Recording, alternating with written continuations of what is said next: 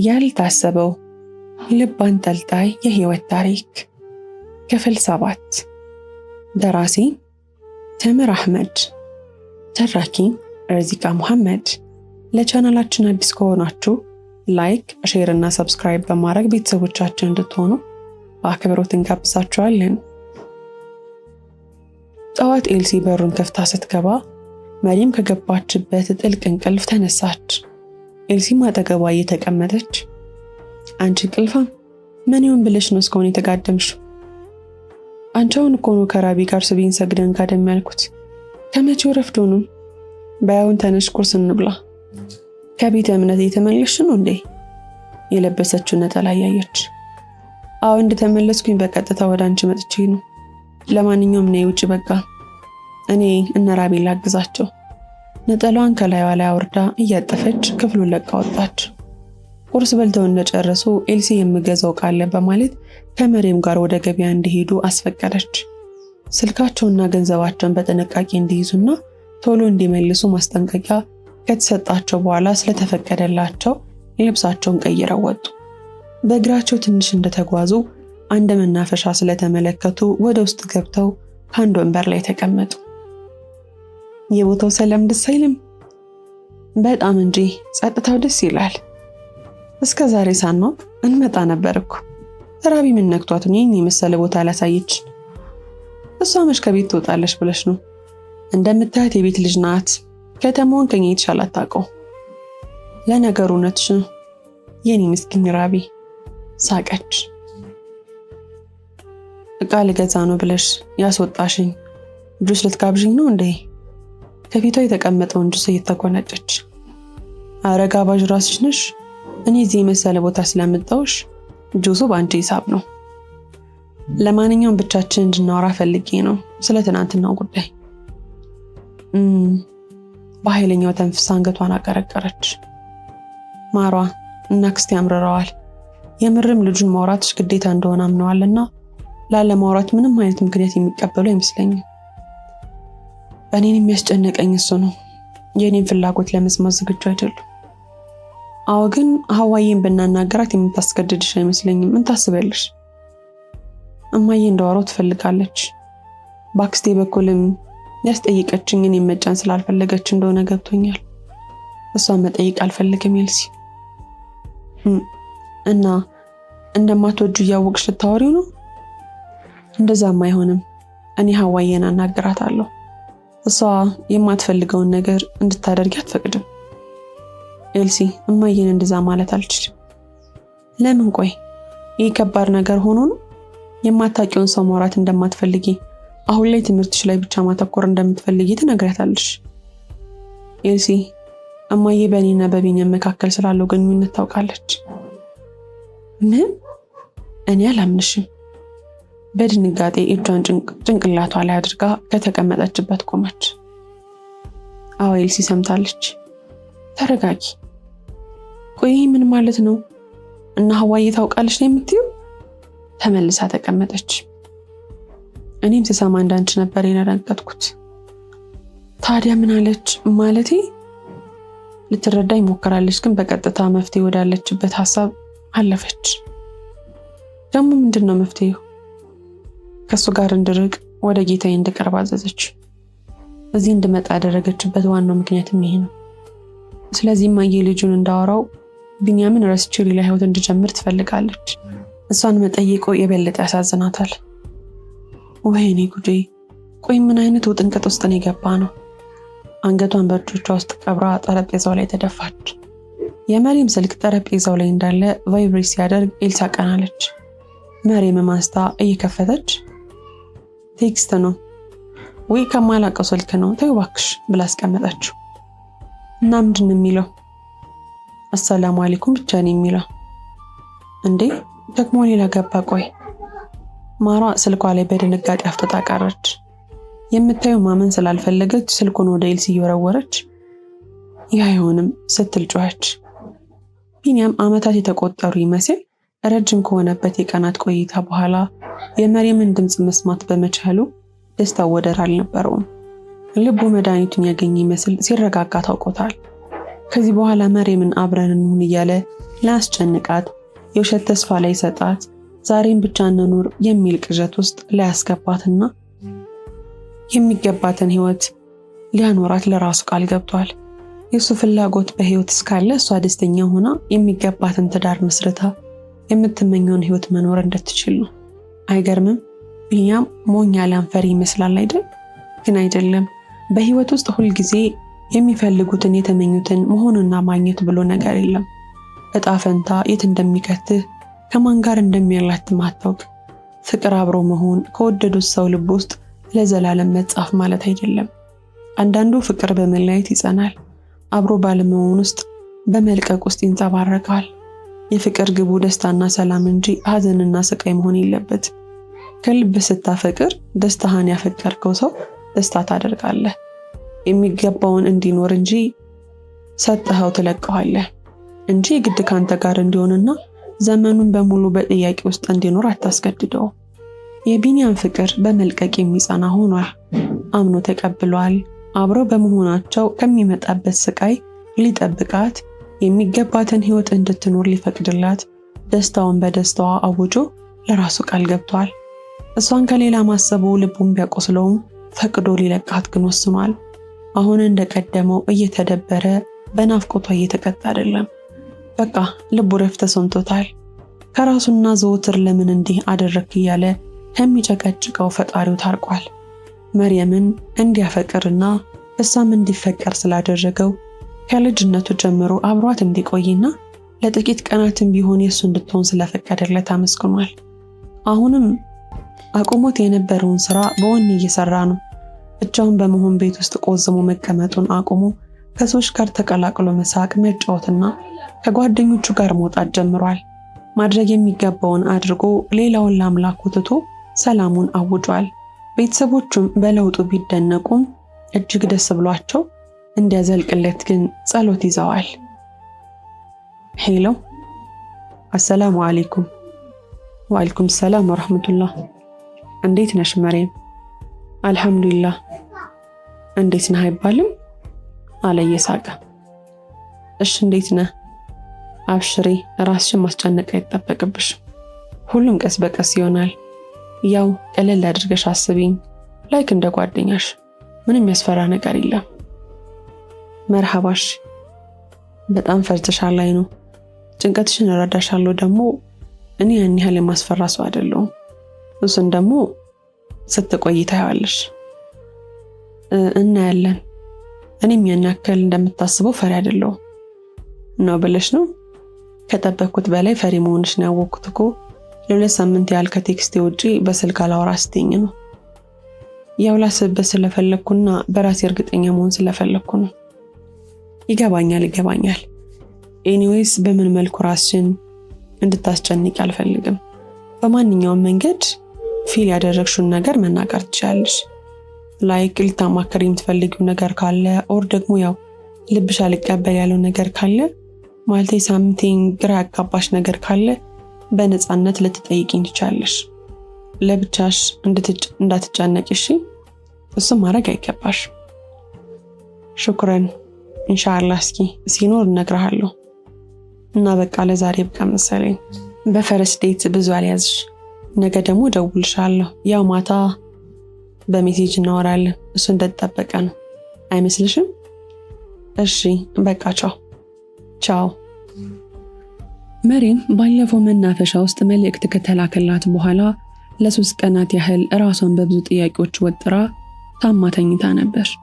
ከብዙ ጥያቄዎች፣ ግጭቶችና ትግል በኋላ በመጨረሻም ልታወራው ቢኒያም ጋር ያላትን ነገር ልትዘጋና ለአዲሱ ሰው ልቧን በመክፈት ለራሷ አዲስ እድል ልትሰጥ፣ በዚህም ቤተሰቦቿንና ጌቷን ልታስደስት ወስና ለራሷ ቃል ገባች። ይኸው ዛሬ ከ2 ሳምንት የጽሑፍ ወሬ በኋላ በስልክ አወሩ። ሐምዛ ይባላል። ጸባዩ በጣም ጥሩ ይመስላል። እንደፈራችው የሚያስጨንቅና ለነገሮች የከረረ አመለካከት ያለው ሆኖ አላገኘችውም። በተቃራኒው ቀለል ያለና እረፍት የሚሰጥ ጭንቀቶቿን ሁሉ የሚያስረሳ ሆኖላታል። ኤልሲ መርየም እንድታወራ ባትፈልግም ሌላ አማራጭ ስላልነበራቸው በውሳኔዋ ተስማምታለች። ያንዳንዱ የሚያወሩትን ነገር ታውቃለች። አንዳንዴ አብረው ሆኖ ሲያወሩ መርየም ለመመለስ ስትፈራ ኤልሲ ስልኩን ነጥቃ እሷ ትመልስለትና ታደፋፍራታለች። ልጁ እሷም እንደጠበቀችው ወግ አጥባቂና ችኩል እንዳልሆነ ስለተረዳች በተወሰነ መልኩም ቢሆን ቀለል ብሏታል። ነገር ግን የወንድሟ ጉዳይ በጣም ያሳሰባት ነው። በሁለቱ መካከል ስላለው ግንኙነት ማወቋን የነገረችው ቀን የመለሰላትን መልስ ውስጡ ምን ያህል እንዳፈቀራትና በፍቅሯ ልቡ እንደተሰበረ ተመልክታለች። ምንም እንኳን ውሳኔውን ነግሯት እንደዛ በማሰቡ ደስተኛ ብትሆንም እውነት ግማሯ የሌላ እንደሆነች ሌላ እያወራች እንደሆነ ሲያውቅና እውነት ሲሆን በውሳኔው ይጸናል ወይስ አይጸናም የሚለው አሳስቧታል። አሁን የማሯም ሆነ የሐምዛ ቤተሰቦች ልጆቻቸው እያወሩ እንደሆነ አውቀዋል። ሐምዛ ተወዳጅ ልጅ በመሆኑ እሺ ብላ ማውራት ከጀመረች ምንም እንከን እንደማታገኝለት ተማምነው አብረው እንደሚሆኑ እርግጠኛ ሆነዋል። መሪም በራሷ እርግጠኛ የሆነች ስለመሰላትና ከዚህ በኋላ መሸሽ ስላልፈለገች ወደ ቤቷ ለመሄድ ወስና ከኤልሳ ጋር ካወሩባት በኋላ ሐዋይም ሆነች አክስቷ ስለፈቀዱ ወደ አገራቸው ተመለሱ። እንደደረሱ እነ ኤልሲ ቤት ቡና ተፈልቶ ተሰብስበው እየጠበቋቸው ስለሆነ በቀጥታ ወደ እነሱ ቤት አቀኑ። እዛም ተሰብስበው ሲያወሩ ሲጫወቱ ቆዩ። ቢንያም ምሳ ሰዓቱን በስራ አሳልፎ ስለ ራቦ ሊበላ እየተጣደፈ ወደ ቤት ሲገባ ያየውን ማመን አቃተው። ስለመምጣታቸው ማንም ስላልነገረውና ምንም ስላልጠበቀ ባለበት ቆሞ ቀረ። ኤልሳም ብድግ ብላ ሰርፕራይዝ እያለች አንገቱ ላይ ተጠመጠመችበት። እሱም በድንጋጤ ትንሽ ፈዞ ከቆየ በኋላ እንደ መባነን ብሎ ጭምቅ አድርጎ ካቀፋት በኋላ አገላብጦ እህቱን ሳማት። ቤት ሁሉም ይስቃሉ። አሁን ላይ ያችሁ እኮ እንዴት ወዳጅ ትመስላላችሁ፣ በኋላ ልትጣሉ። ወይዘሮ ሙሉ በሰሰት እያዩአቸው ታያቸው አይታይሽም ምን ያህል እንደተነፋፈቁ? ይቺ ሲሙኒ እኮ በቃ የቤቱ ድምቀት ሆና ስትጠፋ ቅር ያስባለች አስቸገረች። አቶ ዘነበ ወደ ኤልሲ ፈገግ ብሎ ያዩ። ቢኒና ኤልሲ ተቃቅፈው እንደጨረሱ ቢኒያም ወደ ማሯ ዘወር ብሎ ፍጹም በተረጋጋ ድምጽ ፈገግ ብሎ ማሯ ሰላም ነው እንዴት ነሽ? በቃ ወጣ ብላችሁ ቀራችሁ? መሪም አንገቷን እንደደፋች አለ ነው ቢኒያም እንዴት ነህ አለች። በዚህ ጊዜ ወይዘሮ ሐዋ ሁለቱንም የተዟዟሩ አያቸው።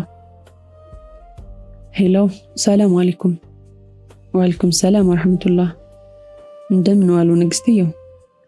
አልহামዱሊላህ። እንደምን ነው ንጉስየው? አልহামዱሊላህ። ልብስ አጠባው አለቀ? አዎ በስንት ግል አለቀ። አንተ ስራ ጨረስክ? ኧረ ምን ያልቃል ብለሽ ነው?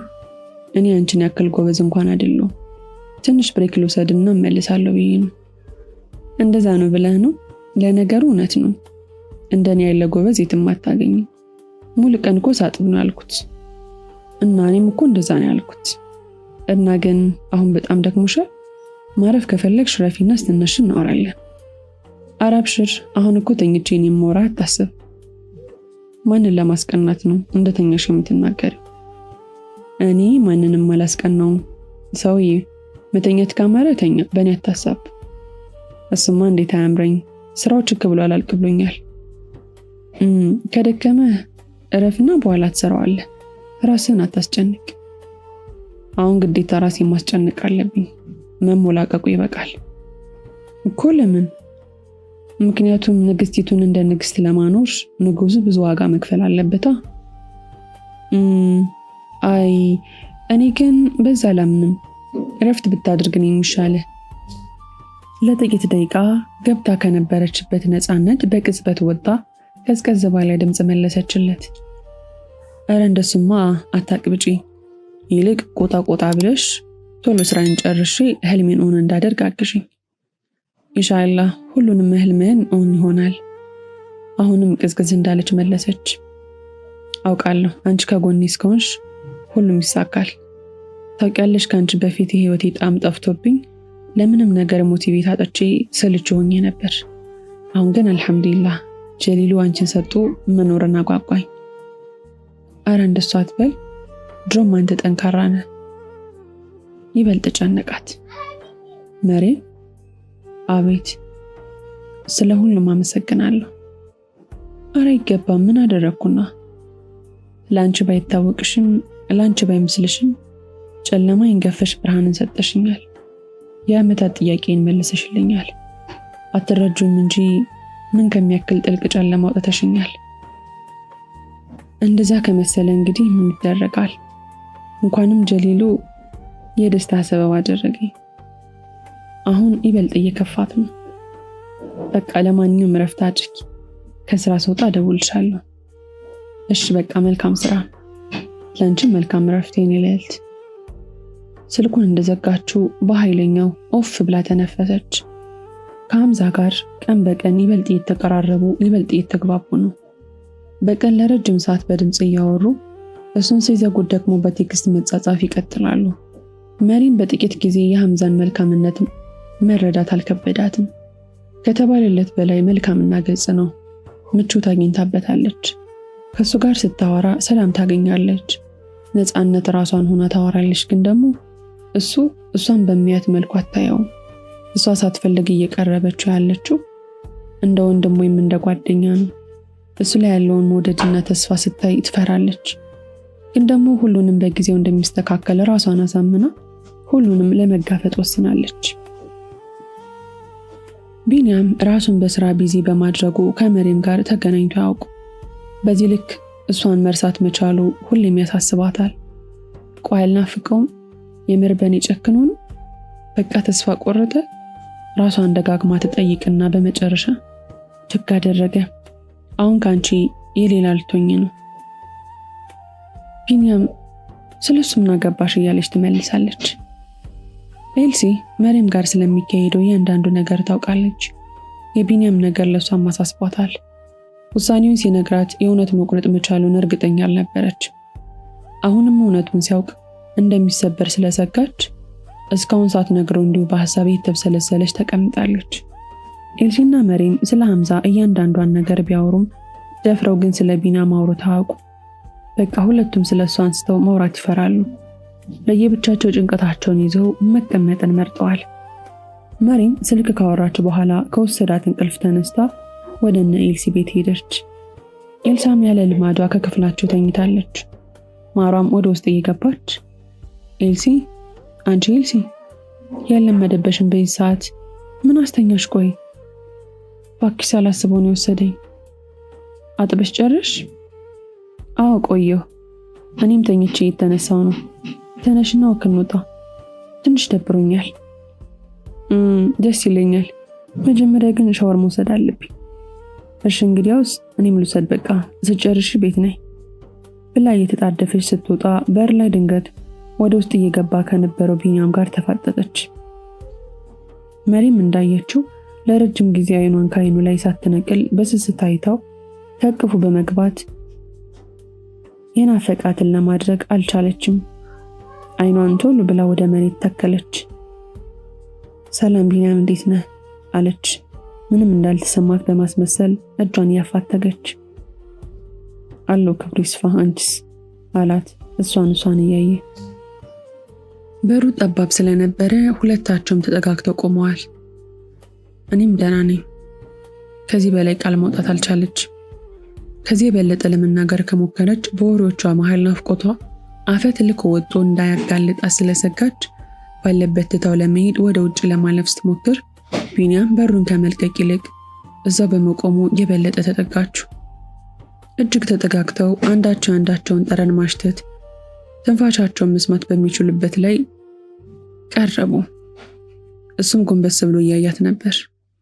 ሁለቱም አይኖቻቸው ውስጥ ናፍቆትና ፍርሃታቸውን አነበቡ። መሪም በጋራጅ ቱታው ቆሽሾ ፊቱ በላብ የሞላውን እጆቹ በጥቁር ቀለም የነበዙትን የልቧን ንጉስ ቢኒያምን ስታየው እንባዋን መቆጣጠር አልቻለችም።